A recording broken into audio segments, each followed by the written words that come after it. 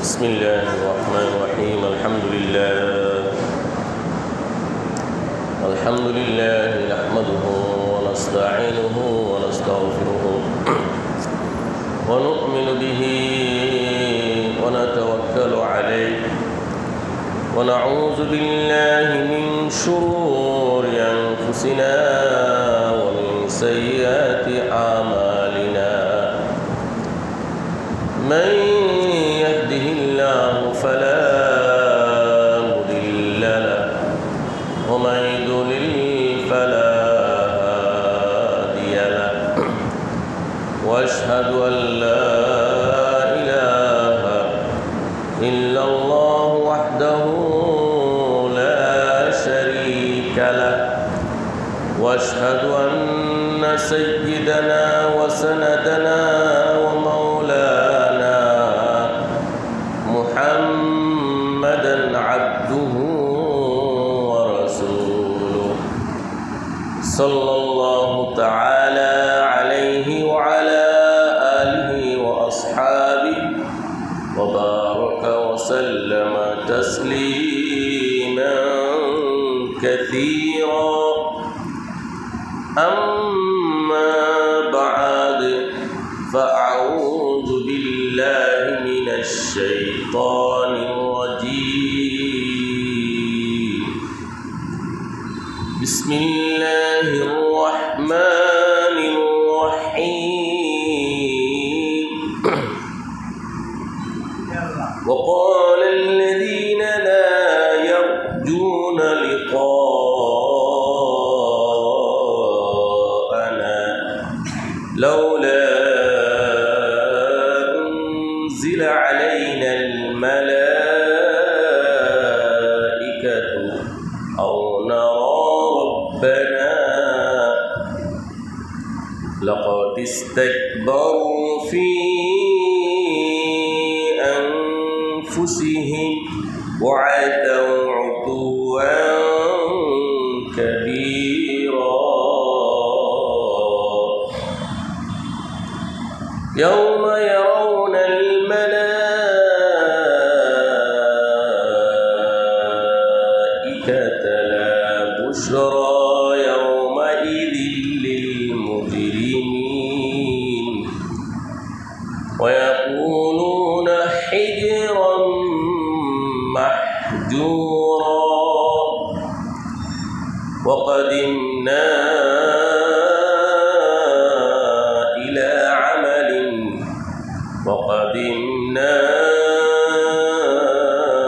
إلى ما عملوا من عمل فجعلناه هباء منثورا أصحاب الجنة يومئذ خير مستقرا وأحسن مقيلا ويوم تشقق السماء بالغمام ونزل الملائكة تنزيلا الملك يومئذ الحق للرحمن وكان يوما على الكافرين عسيرا ويوم يعض الظالم على يديه يقول يا ليتني اتخذت مع الرسول سبيلا يا ويلتى ليتني لم أتخذ فلانا خليلا لقد أضلني عن الذكر بعد إذ جاءني وكان الشيطان للإنسان خذولا بارك الله لنا ولكم في القرآن العظيم ونفعنا وإياكم بالآيات والذكر الحكيم প্রাণ খুলে অত্যন্ত ইখলাস এবং নিষ্ঠার সাথে ইস্তিগফার ঘোষিত পাঠ করি আস্তাগফিরুল্লাহাল্লাযী লা ইলাহা ইল্লা হুয়াল হাইয়ুল কাইয়্যুম ওয়া আতুবু ইলাইহি আস্তাগফিরুল্লাহাল্লাযী লা ইলাহা ইল্লা হুয়াল হাইয়ুল কাইয়্যুম ওয়া আতুবু ইলাইহি আস্তাগফিরুল্লাহাল্লাযী লা إلا هو الحي القيوم وأتوب إليه ولا حول ولا قوة إلا بالله العلي العظيم اللهم صل على محمد وعلى آل محمد كما صليت على وعلى آل إبراهيم إنك حميد مجيد اللهم بارك على محمد وعلى آل محمد كما باركت على إبراهيم وعلى آل إبراهيم إنك حميد مجيد اللهم افتح علينا حكمتك وانشر علينا رحمتك يا ذا الجلال والإكرام উপস্থিত সম্মানিত দ্বীন ইসলাম প্রিয় কোরআন প্রেমী সম্মানিত সুধীবৃন্দ মহান রব্বে কারিমের অশেষ মেহেরবানিতে আসমানি সর্বশেষ এবং সর্বশ্রেষ্ঠ মহাগ্রন্থ শাশ্বত গ্রন্থ কোরআনে কারিমের বরকতপূর্ণ তাফসিরে আসার বসার সময় দেওয়া সুযোগ করে দিয়েছেন যে রব্বে কারিম খুশি হয়ে তার শাহী দরবারে শুকরগুজার হয়ে সবাই প্রাণ খুলে বলে আলহামদুলিল্লাহ। সমস্ত প্রশংসা, সমস্ত গুণ কীর্তন, সমস্ত স্তুতিবা একমাত্র আল্লাহর জন্য। সম্মানিত শুধু আমরা যতক্ষণ এই কোরআনের তাফসিরে বসা থাকব, আল্লাহর পক্ষ থেকে বৃষ্টির মতো রহমত, বরকত, শান্তি বর্ষিত হতে থাকে। পরিষ্কার হাদিসে এসেছে, মাজতামা কওমুন ফি বাইতিন মিন বুয়ুতিল্লাহ ইয়াতলুনা কিতাবাল্লাহ ওয়া তাদারাসুনাহু বাইনাহুম ইল্লা নাযালাত আলাইহিমুস সাকিনাহ ওয়া গাশিয়াতহুমুর রাহমাহ ওয়া হাফফাতহুমুল মালায়েকা ওয়া যাকারাহুমুল্লাহু ফী মান ইনদাহ।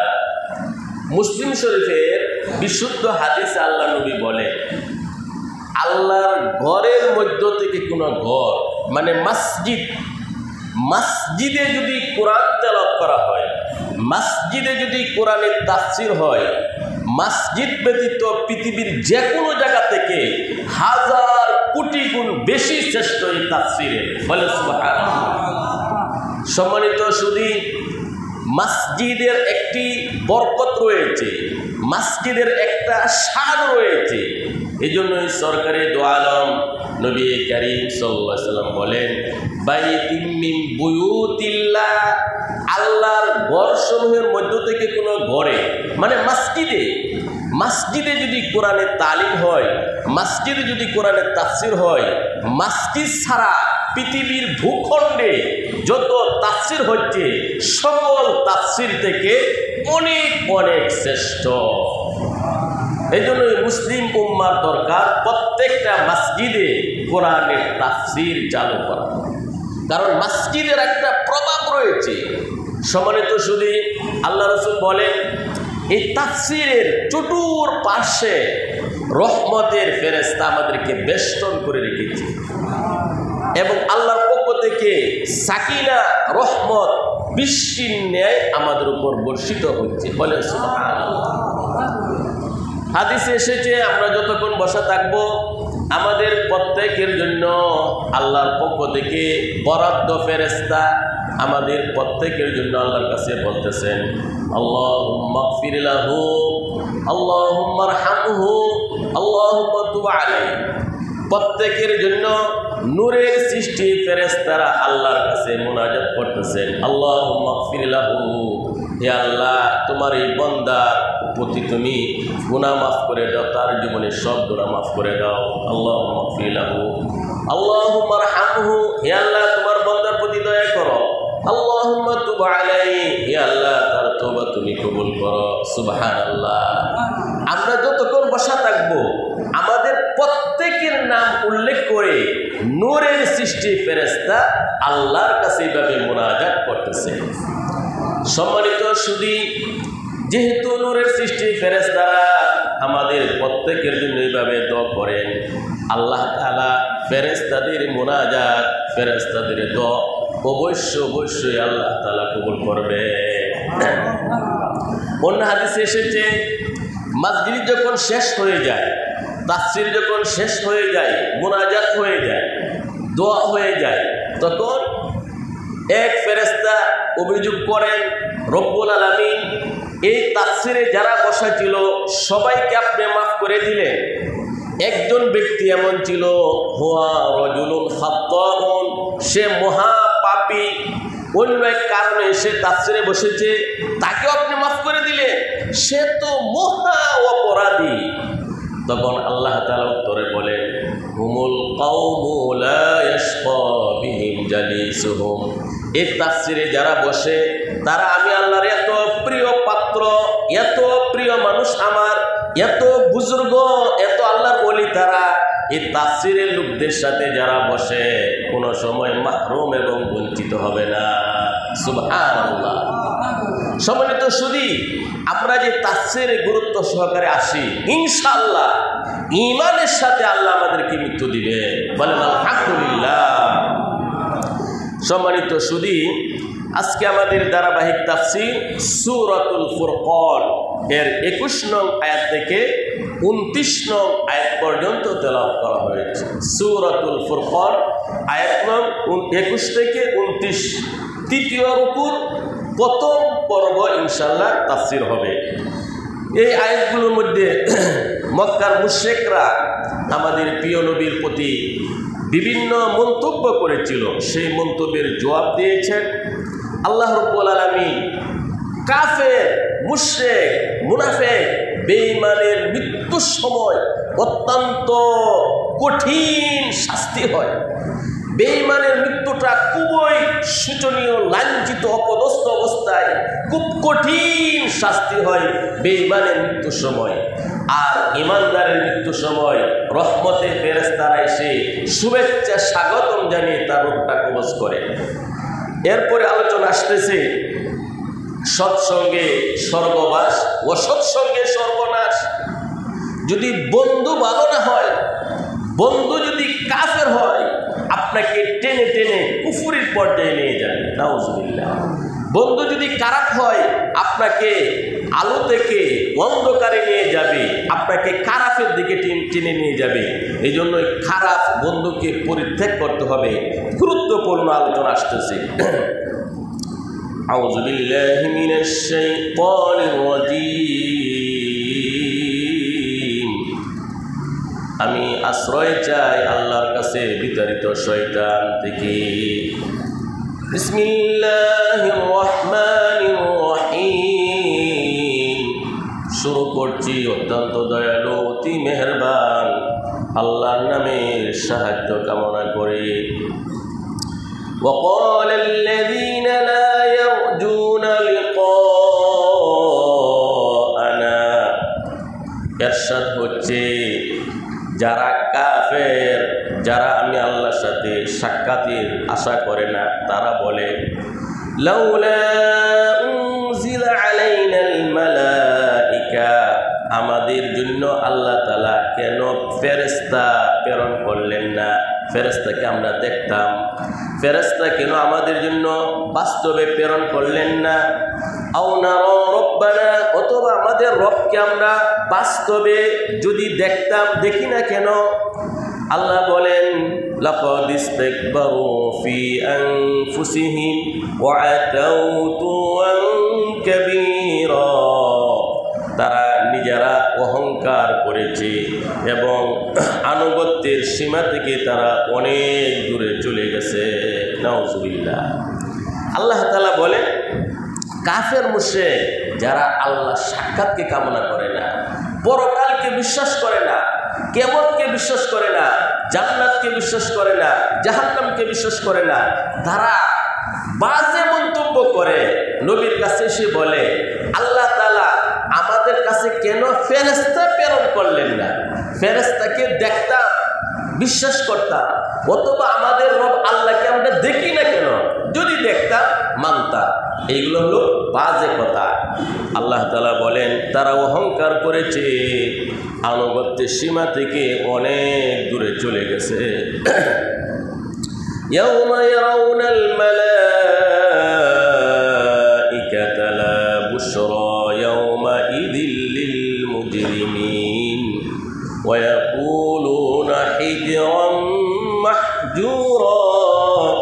সেদিন মৃত্যুর সময় বেঈমানের কাফের যখন মৃত্যু হবে, ফেরেশতারা আযাবে ফেরেশতারা তার কাছে আসবে, আযাবে ফেরেশতাকে তারা দেখবে, ফেরেশতারা বলবে লা বুশরা, আজকে কোনো সুসংবাদ তোমাদের জন্য নেই। ইয়াউমা ইযিল লিল মুজরিমিন, অপরাধীদের জন্য আজকে কোনো সুসংবাদ নেই। ওয়া ইয়াকুলুনা হিজরাম মাহজুরা, বেঈমান কাফের আযাবে ফেরেশতা দেখে বলবে ফানাসাই ফানাসাই ফানাসাই, আল্লাহর কাছে আশ্রয় চাই। বলেন নাউজুবিল্লাহ। ওই সমস্ত অবস্থা থেকে আমরা আল্লাহর কাছে আশ্রয় চাই। ফেরেশতারা যখন বেঈমান কাফের মুশরিক, সম্মানিত শুধু যখন বেঈমানের লাশ, বেঈমানের রূহটাকে কবজ করা হবে, বেঈমান কাফের মুশরিকের রূহ যখন কবজ করা হবে, কালো কুৎসিত আযাবের ফেরেশতারা দলে দলে আসবে। ওই কাফের ব্যক্তির দৃষ্টি যতটুকু দূর পর্যন্ত যাবে, এতটুকু দূর পর্যন্ত আযাবের ফেরেশতারা তর্জন গর্জনে জাহান্নামের বিভিন্ন শাস্তি নিয়ে তারা উপস্থিত থাকবে। শেষে মালাকুল মউত এসে তার জানকে কবজ করবে। কাফের ব্যক্তির রূহ বের হতে থাকবে, চাবে না, প্রাণটা তার দেহ থেকে বের হতে চাবে না, বিভিন্ন অঙ্গ প্রত্যঙ্গের মধ্যে লুকিয়ে থাকবে, আত্মগোপন করবে। তখন মালাকুল মউত খুব টেনে হেসড়ে ওই কাফের মুশরিকের রূহটাকে কবজ করা হবে। যখন কাফের মুশরিকের রূহকে কবজ করা হবে, রূহটা অত্যন্ত দুর্গন্ধ, খুব বিশ্রী হবে। কাফের রূহ এত দুর্গন্ধ, হাদিসের মধ্যে নবীজি বলেন ফেরেশতারা স্বয়ং নাকের মধ্যে রুমাল করবে, সি সি, এত দুর্গন্ধ হবে কাফের রূহ। এই কাফের রূহটাকে যখন নিয়ে প্রথম আকাশের দিকে যাওয়া হবে, প্রথম আকাশের গেট খোলা হবে না। প্রথম আকাশের ফেরেশতারা, গেটম্যান ফেরেশতারা বলবেন দূর হও, দূর হও, দুর্গন্ধ, কার রূহ নিয়ে এসেছো? তখন ফেরেশতারা টিটকারিমূলক বলবে হে নিকৃষ্ট আত্মা, নিকৃষ্ট দেহে ছিলে তুমি, বের হও অপদস্থ হয়ে, লাঞ্ছিত হয়ে। আল্লাহ তাআলা তোমার প্রতি খুবই রাগান্বিত, ক্রোধান্বিত। বলেন নাউজুবিল্লাহ। সম্মানিত সুধী, ফেরেশতারা যখন তাদের রূহ কবজ করবে, কোরআনে আল্লাহ তাআলা তাদের শাস্তির ব্যাপারে রূহটা কবজ করার সময় আল্লাহ তাআলা 4টি আয়াতে মৃত্যুটা অত্যন্ত ভয়াবহ কঠিন শাস্তি দিয়ে ফেরেশতারা কাফের মুশরিকের রূহকে কবজ করা হবে। কাফের বেঈমান তাকে অত্যন্ত শাস্তি দিয়ে খুব কষ্ট দিয়ে তার রূহটা তার থেকে বের করা হবে। আল্লাহ সুবহানাহু ওয়া তাআলা কোরআনে কারিমে 4 জায়গার মধ্যে আলোচনা করেছে যখন কাফেরদের রূহ কবজ করা হবে অত্যন্ত কষ্ট হবে। আল্লাহ তাআলা সূরা আনআমের 93 নম্বর আয়াতে বলেন, সূরাতুল আনআম আয়াত নম্বর 93 আল্লাহ বলেন, ওয়ালাউ তারা ইযিয যালিমুনা ফি গামারাতিল মাউত, কাফেররা যখন মৃত্যুর যন্ত্রণা শাস্তি দেখবে, বলেন নাউজুবিল্লাহ, গামারাত অনেক যন্ত্রণা। আল্লাহ তাআলা মৃত্যুর সাথে যন্ত্রণা সমূহ আল্লাহ তাআলা উল্লেখ করতেছে। গামারত এক বচন, বহু বচন গামারত। আল্লাহ বলেন, ওয়ালাউ তারা ইযিয যালিমুনা ফি গামারাতিল মাউত, কাফের, মুশরিক, জালেম, বেঈমান, মুনাফিক তারা যখন মৃত্যুর বিভিন্ন যন্ত্রণা দেখবে। সূরা কফের 19 নম্বর আয়াতে আল্লাহ তাআলা বলেন, ওয়াজাআত সাকরাতুল মাউতি বিল হক, ওয়াজাআত সাকরাতুল মাউতি বিল হক, যালিকা মা কুনতা মিনহু তাহিদ, আর মৃত্যুর যন্ত্রণা প্রকৃতপক্ষে এসে গেছে। সূরা কফের 19 নম্বর আয়াতে আল্লাহ বলেন, ওয়াজাআত সাকরাতুল মউত, মৃত্যুর যন্ত্রণা যখন তাদের কাছে আসবে। তো সাকরাত শব্দের অর্থ হলো যন্ত্রণা, গামারত শব্দের অর্থ হলো যন্ত্রণা। এভাবে আল্লাহ তাআলা বিভিন্ন আয়াতে বলেছেন কাফের মুশরিকের মৃত্যুটা অত্যন্ত কঠিন অবস্থা, খুব বিভীষিকাময় অবস্থায় জ্বালা যন্ত্রণা দিয়ে কাফের ব্যক্তির জানটা কবজ করা হবে। জীবিত একটি ছাগলকে তার চামড়া যদি কষানো হয়, চামড়া যদি শিলা হয়, যেমন কষ্ট হবে তার চেয়ে বেশি কষ্ট হবে কাফের মুশরিকের মৃত্যু, বলেন নাউজুবিল্লাহ। পক্ষান্তরে একজন ইমানদারের যখন মৃত্যু শুরু হবে, ইমানদারের যখন মৃত্যু স্মরণ হবে, সময় হবে, ইমানদারের মৃত্যুর সময় আল্লাহর পক্ষ থেকে ফেরেশতারা আসবে শুভেচ্ছা স্বাগতম জানানোর জন্য। জান্নাত থেকে রেশমি কাপড়ের রুমাল নিয়ে আসবে, সুঘ্রাণ বের হতে থাকবে, ফুলের তোড়া নিয়ে আসবে।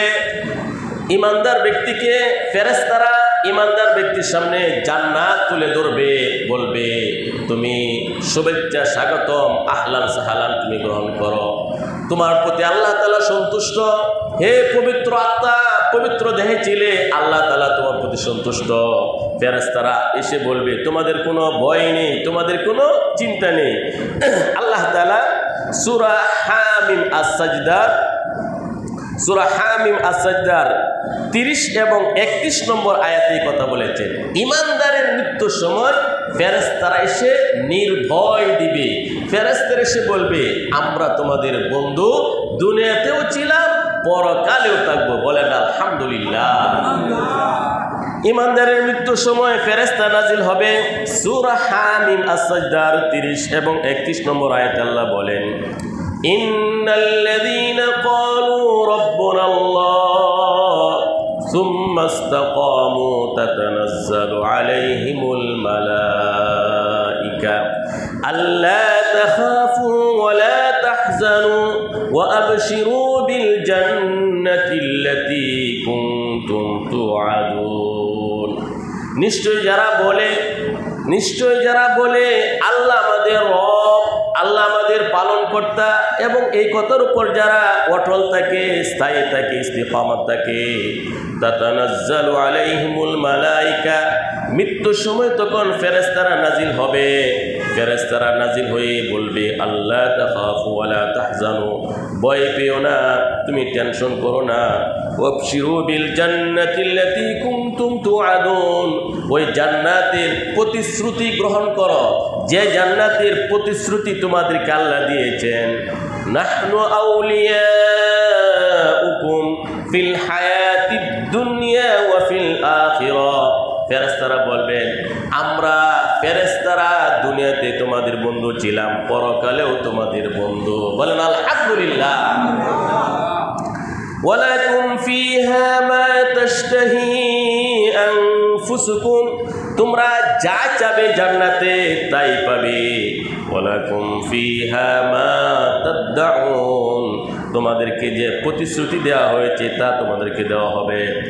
নুজুলাম মিন গফুরির রহিম, পরম দয়ালু অতি দয়াময় আল্লাহর পক্ষ থেকে আপ্যায়ন স্বরূপ, মেহমানদারি স্বরূপ। বলে সুবহানাল্লাহ।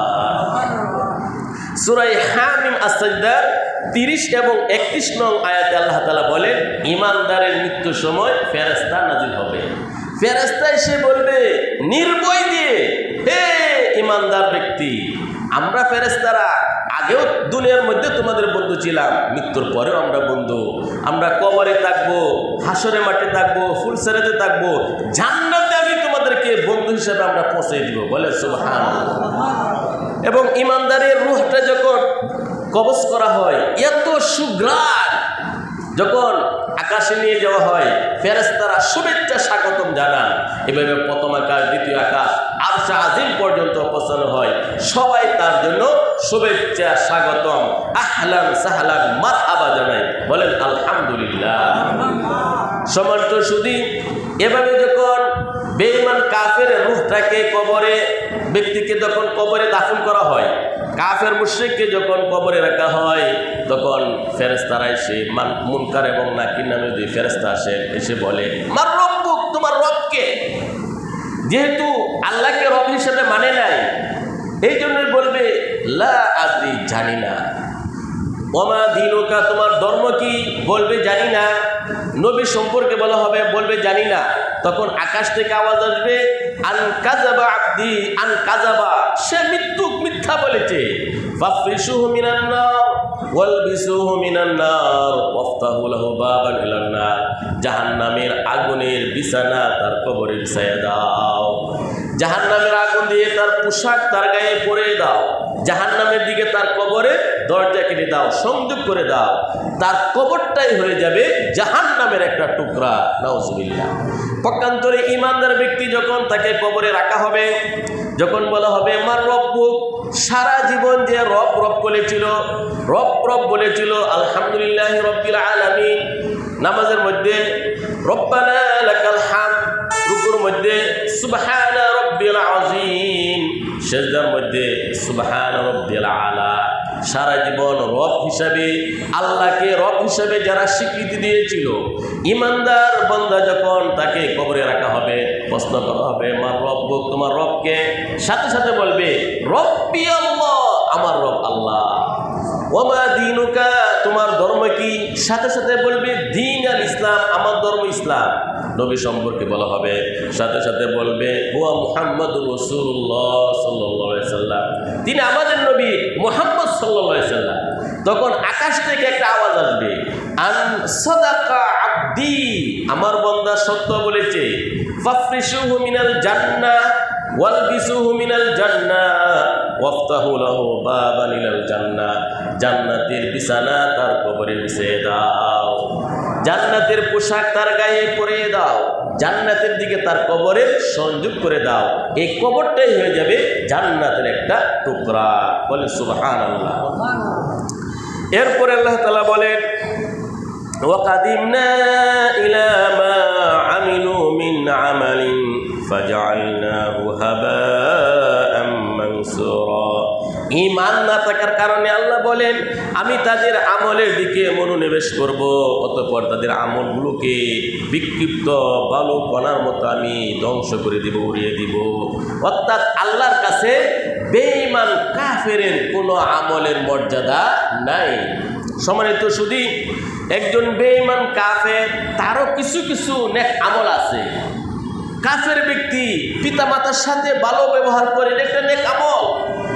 দান খায়রাত করে, এটা একটা নেক আমল। মানুষের সাথে ভালো ব্যবহার করে, একটা নেক আমল। এই যে কিছু কিছু নেক আমল আছে।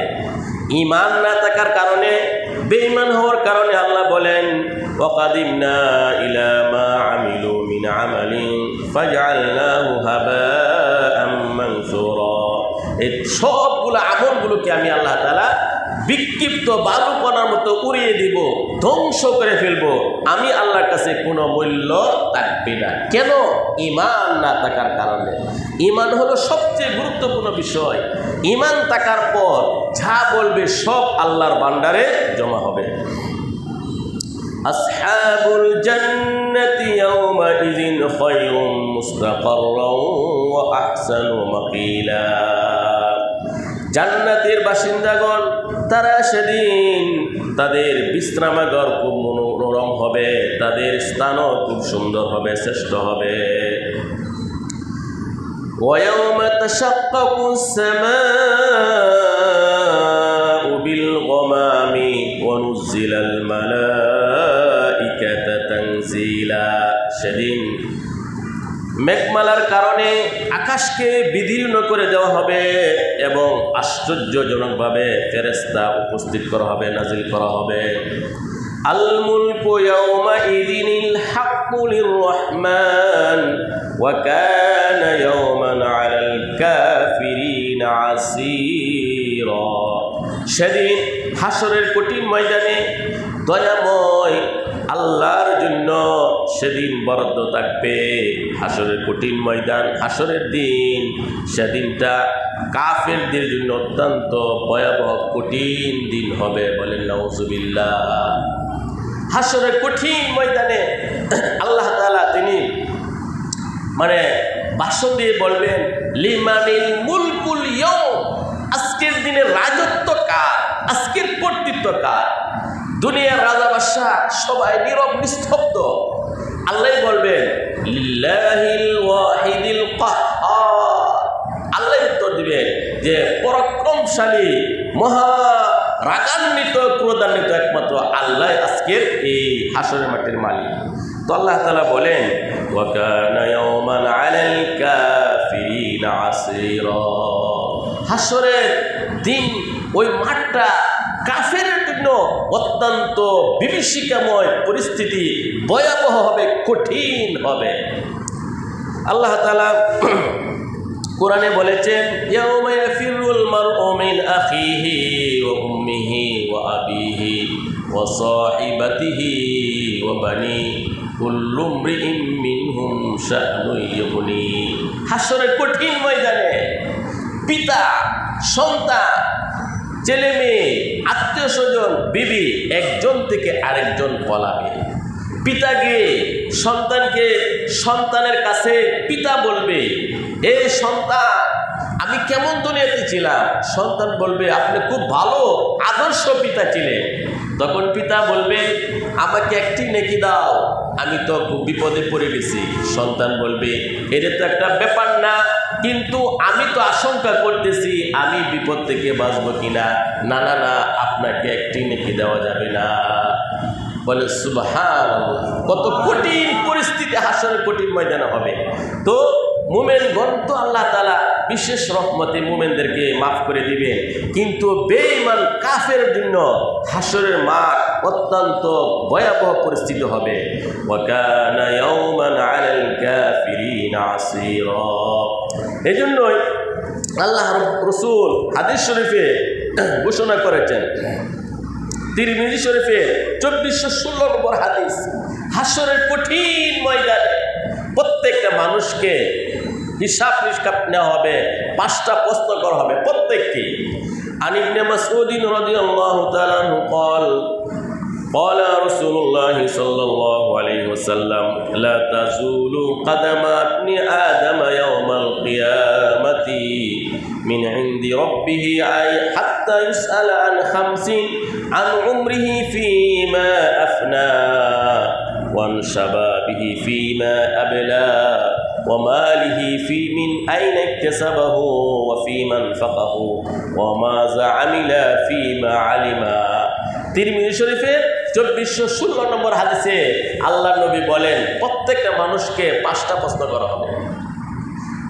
জীবন কিভাবে কাটিয়েছ, যৌবন কিভাবে কাটিয়েছ, মাল কিভাবে উপার্জন করেছ, মাল কিভাবে ব্যয় করেছ, কি পরিমাণ তুমি জেনেছ এবং আমল করেছ, এই 5টা প্রশ্ন করা হবে।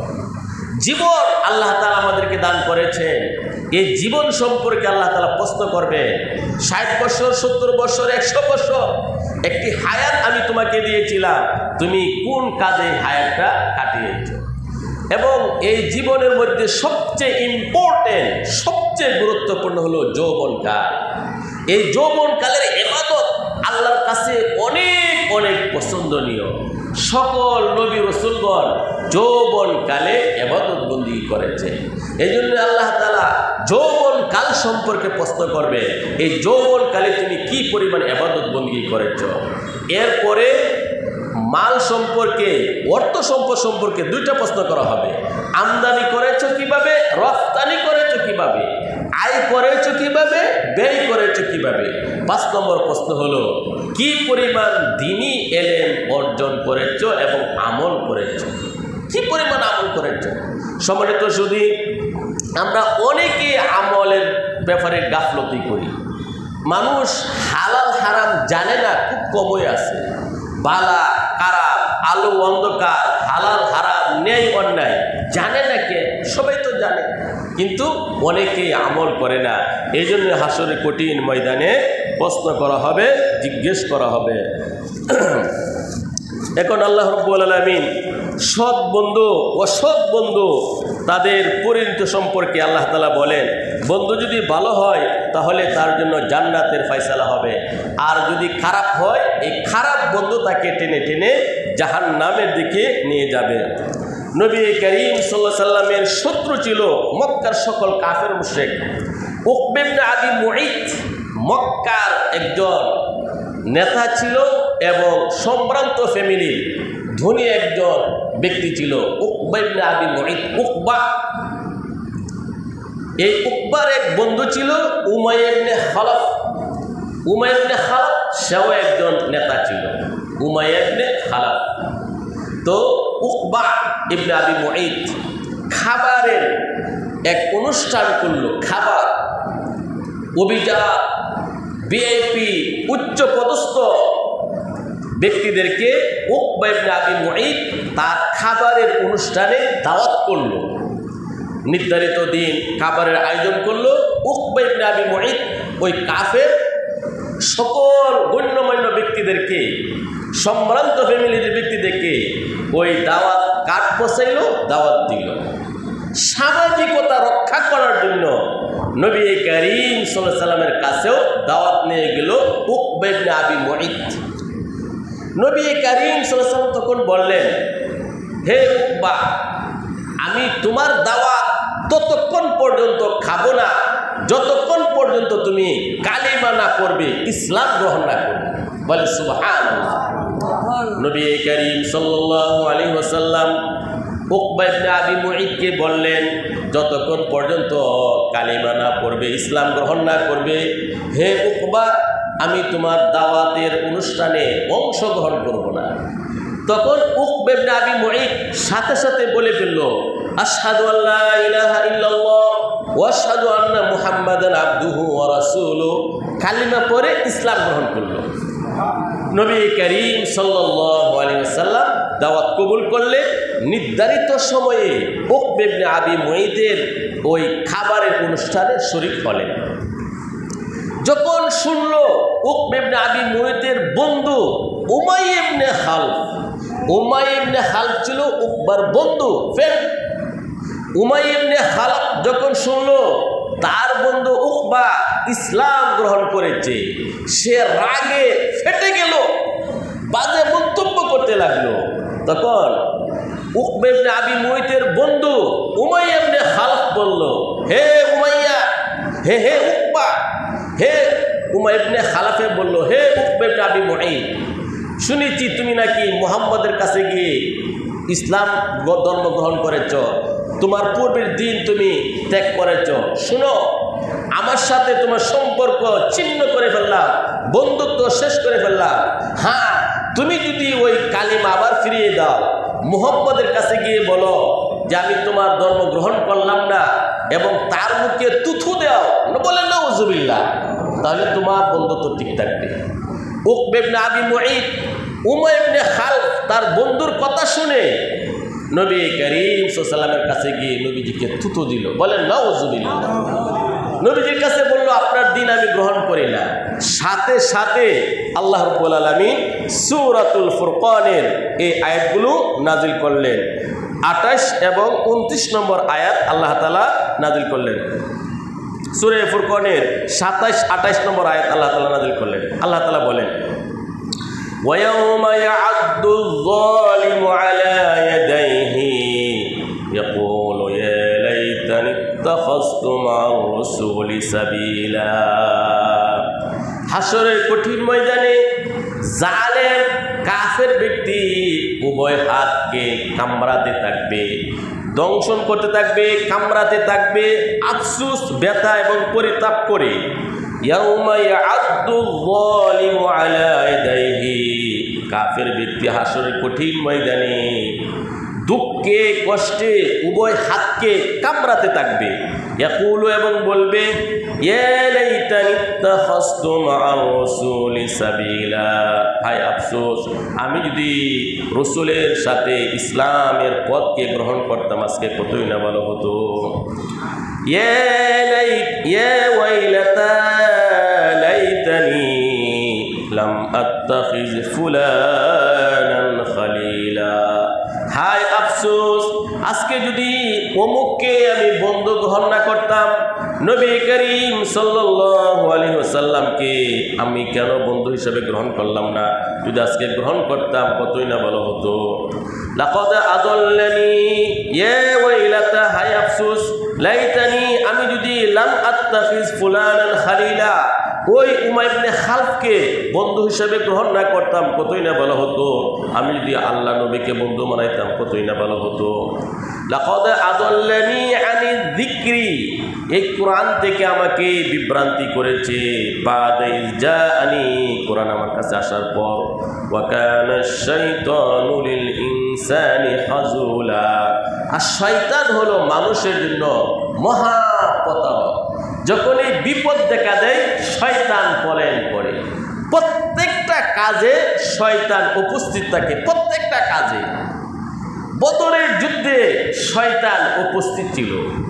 বদরের যুদ্ধে আল্লাহ তাআলা 5000 সশস্ত্র ফেরেশতা প্রেরণ করেছে। জিনেরা মুসলমানদের পক্ষে এসে যুদ্ধ করার জন্য এসেছে, শয়তানও এসেছিল। ফেরেশতাদের আক্রমণ হামলা দেখে শয়তান ওই বদরের ময়দান থেকে পলায়ন করলো, পলায়ন। প্রত্যেকটা কাজে শয়তান থাকে, কিন্তু সে হলো সুযোগ সন্ধানী। যখনই সুযোগ পায় মানুষকে ফেলে সে চলে যায়। আল্লাহ বলেন, ওয়া কানা আশ-শাইতানু লিল ইনসানি খাযুলা, শয়তান হলো মানুষের জন্য মহা প্রতারক। সুযোগ পেলেই প্রতারণা করে, মানুষের কাছ থেকে সহযোগিতা না করে খেটে চলে যায়। তো আল্লাহ তাআলা বলেন, এই উকবা ইবনে আবি মুঈত নবী করিম সাল্লাল্লাহু আলাইহি ওয়াসাল্লামের কাছে গিয়ে থুথু নিক্ষেপ করলো, ইসলাম ত্যাগ করলো। আল্লাহ তাআলা বলেন, তারা হাশরের কঠিন ময়দানে আফসোস এবং পরিতাপ করে হাত কামড়াতে থাকবে এবং বলবে, ইয়া ওয়াইলাতা লাইতানি লাম আত্তাখিজ ফুলানান খালিলা, উমাইয়া ইবনে খালফকে যদি বন্ধু না বানাইতাম কতই না ভালো হতো। আমার বন্ধু যদি নবী করিম সাল্লাল্লাহু আলাইহি ওয়াসাল্লাম হতো আজকে কতই উত্তম হতো। তো এই খারাপ মানুষকে বন্ধু বানানোর কারণে কাফের হয়ে মারা গেল, চিরস্থায়ী জাহান্নামী হয়ে গেল। সম্মানিত সুধীবৃন্দ, এই জন্য একটা কথা আমাদের সমাজে প্রচলিত আছে, সৎসঙ্গে স্বর্গবাস, অসৎসঙ্গে সর্বনাশ। এটা আসলে সুলনা, মিথ্যা না, বাস্তব একটা কথা। এই জন্যই আপনার সম্পর্ক যদি থাকে নামাজি ব্যক্তির সাথে, আপনার সম্পর্ক যদি থাকে যে পরহেজগার ব্যক্তির সাথে, ইনশাল্লাহ এর প্রতিদান, এর পুরস্কার আপনি পাবেন। এর মাধ্যমে ঈমান, ইসলাম আপনার মধ্যে এগুলা মানে বলিষ্ঠ হবে, এগুলার চেতনা প্রেরণা সৃষ্টি হবে। আপনি যদি নামাজে না আসেন, আপনার বন্ধু বলবে, কি ব্যাপার, তোমাকে যে নামাজে দেখি নাই, কি ব্যাপার, তোমাকে যে তেলাতের মধ্যে দেখি নাই। আর যদি কারাফের সাথে সম্পর্ক থাকে, অতি তাড়াতাড়ি কারাফের পর্যায়ে মানুষ চলে যাবে। এই জন্যই নেক বন্ধুর অনেক গুরুত্ব রয়েছে। as-suhbatu mu'assira, আমাদের সম্পর্ক থাকবে নামাজি ব্যক্তিদের সাথে। দেখেন কোনো মানুষ যদি মসজিদের ইমামের সাথে মুয়াজ্জিনের সাথে সম্পর্ক রাখে, নামাজ না আসলেই বলবে কি ব্যাপার, আপনাকে তো ফজরের নামাজে দেখলাম না, আপনাকে তো জোহরের নামাজে দেখলাম না, বলবে কি বলবে না? এই জন্যই আমাদের ফ্যামিলিটাকে মসজিদমুখী করা, ইমাম মুয়াজ্জিনের সাথে, আলেম ওলামার সাথে, পরহেজগার মুত্তাকি বান্দাদের সাথে সম্পর্ক গড়ে তোলা, তারা যেন সৎভাবে দ্বীনী পরিবেশে চলতে পারে। সম্মানিত সুধী, আল্লাহ তাআলা আমাদের সবাইকে আজকের এই সংক্ষিপ্ত তাফসীরের উপর আমল করার তৌফিক দান করুন, আমিন। সুবহানাল্লাহি বিহামদি, আশহাদু আল্লা ইলাহা ইল্লা আনতা, আস্তাগফিরুকা ওয়া আতুবু ইলাইক।